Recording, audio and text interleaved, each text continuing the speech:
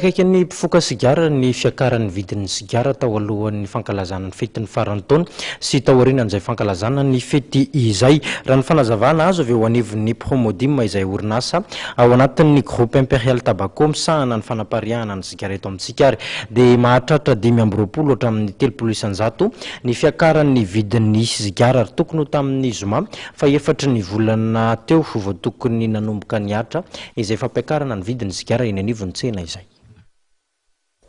Ny fiakaran'ny tany etra tsy mivantana alaina amin'ny fandaniana momba ny sigara no mahatonga ny fisondrotan'ny vidin'ny sigara raha ny fantatra.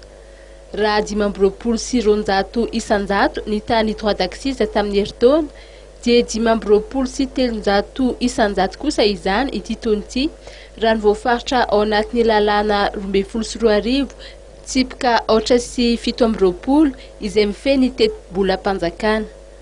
Manodidina ny 520 hatramin'ny 300 isan-jato eo ny tany fampiakaran'ny vidin'ny sigara raha ny vidin'izay tokony ivarotan'ny mpivarotra azy ankehitriny. Ny nahatonga fiakaran'ny sigarety zany dia ny fiakaran'ny taxe mahakasika sigarety izay fiakarana voafaritra ao anatin'ny loi de finance 2013. Izay fiakaran'izay taxe izay no mahatonga ny fiovanana fiakaran'ny sigarety raha omeko ohatra nareo izay sigara totsika hoe anisan'ny be mpanjifa dia ny godoloka raha ariary zato izy teo aloha ny singainy iray dia 520 am'zato izy amin'izao fotoana izao. Faharoa manaraka an'izay raha amin'ny ohatra foana antsika ny Boston izay 520 am'zato teo aloha dia lasa 50 am'zato izy amin'izao fotoana izao. Fa ny tiana homariana fotsiny dia izay fiakarana momba ny sigarety zay dia tsy niatra raha tsy tamin'ny 4 janvier 2013. Izay angamba tsara homariana anatin'izy.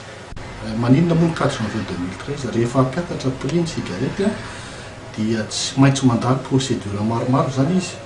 Zany hoe ny prix dia proposen'ny impérial Tobacco dia io prix proposena io no alefany amin'ny tompona andraikitra mahefany amin'ny direction générale des impôts dia izy no mivalide na homologuer les prix.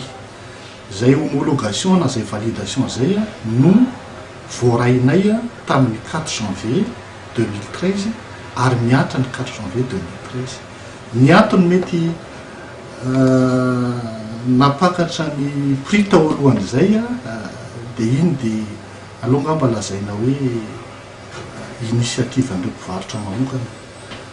Fa ny azo lazaina dia hoe ny fiakaran'ny sigarety dia niatra nanomboka ny 4 janvier 2013. Dia mbola andrasana hoe inona mety fiantraikany eo amin'ny consommation na eo amin'ny foka zany satria voaingana loatra tsika vao tamin'ny zoma mbola tsy afaka estimer izay mety impact an'izy amin'izao fotoana izao. Raha ny atotanisa voaremo dia 200 miliara ariary ny tamin'ny taondasa ny etra izay narotsaky ny Impérial Tobacco ho an'ny fanjakana.